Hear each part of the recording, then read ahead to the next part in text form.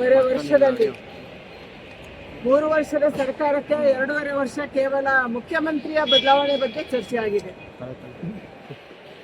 ಕಾಂಗ್ರೆಸ್ ಸರ್ಕಾರಕ್ಕೆ ಜನರ ಬಗ್ಗೆ ಕಾಳಜಿ ಇಲ್ಲ. ಒಂದು ಕಡೆ ಬರಗಾಲ ಇದೆ, ಇನ್ನೊಂದು ಕಡೆ ನೆರೆ ಬರ್ತಾ ಇದೆ, ಬೆಂಗಳೂರು ಮುಳುಗ್ತಾ ಇದೆ.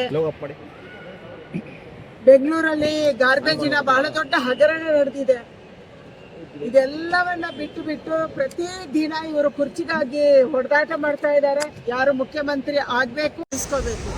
ಸಿದ್ದರಾಮಯ್ಯಗೆ ಉಳಿಸುವ ಪ್ರಯತ್ನ, ಡಿ ಕೆ ಶಿವಕುಮಾರ್ಗೆ ಮುಖ್ಯಮಂತ್ರಿ ಆಗುವ ಪ್ರಯತ್ನ. ಇದರ ಮಧ್ಯದಲ್ಲಿ ಜನರು ಬಡವಾಗಿದ್ದಾರೆ.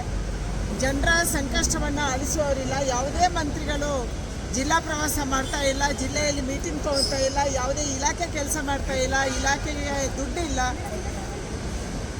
ಇದು ಕರ್ನಾಟಕ ರಾಜ್ಯ ಸರ್ಕಾರ. ನೀವು ಕುರ್ಚಿ ಹೋರಾಟವನ್ನು ಬಿಟ್ಟು ತಕ್ಷಣ ಜನರ ಸಮಸ್ಯೆ ಕಡೆ ಗಮನ ಹರಿಸಿ ಅನ್ನುವಂಥ ಆಗ್ರಹವನ್ನು ನಾನು ಮಾಡ್ತಾ ಇದ್ದೀನಿ.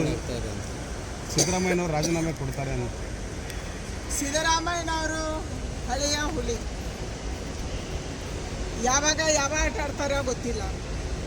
ಅವರು ರಾಜೀನಾಮೆ ಕೊಡುವ ತನಕೊಂಡು ರಾಜೀನಾಮೆ ಕೊಡ್ತಾರೆ ಅಂತ ಗ್ಯಾರಂಟಿ ಇಲ್ಲ. ಮತ್ತು ಇದು ಅವರ ಪಕ್ಷದ ಆಂತರಿಕ ವಿಚಾರ. ಅದಕ್ಕಾಗಿ ಭಾರತೀಯ ಜನತಾ ಪಾರ್ಟಿ ಅಥವಾ ನಾವು ಇದರಲ್ಲಿ ಮಾಡುವಂಥದ್ದು ಬಹಳ ಇಲ್ಲ. ನಾವು ಒಂದೇ ಹೇಳಬೇಕು, ನೀವು ಜನರ ಕೆಲಸ ಮಾಡೋದಕ್ಕೆ ನಿಮ್ಮನ್ನು 135 ಸೀಟ್ ಆಯ್ಕೆ ಮಾಡಿದ್ದಾರೆ. ಜನರ ಕೆಲಸ ಮಾಡಿ. ಜನರ ಕೆಲಸ ಮರೆತು ಬರೀ ಕುರ್ಚಿಗಾಗಿ ಕಾದಾಟ ಮಾಡ್ತಾ ಇದ್ದೀರಿ. ಯಾರು ಯಾವ ಮಂತ್ರಿ ಆಗಬೇಕು, ಯಾರು ಉಪಮುಖ್ಯಮಂತ್ರಿ ಆಗಬೇಕು, ಇದನ್ನೇ ಕಾದಾಟ ಮಾಡ್ತಾ ಇದ್ದೀರಿ. ಇದು ಬಿಟ್ಬಿಡಿ, ಜನರ ನೋವನ್ನು ಆಳಿಸಿ ಅನ್ನುವಂಥ ಆಗ್ರಹ ನಮ್ಮದು.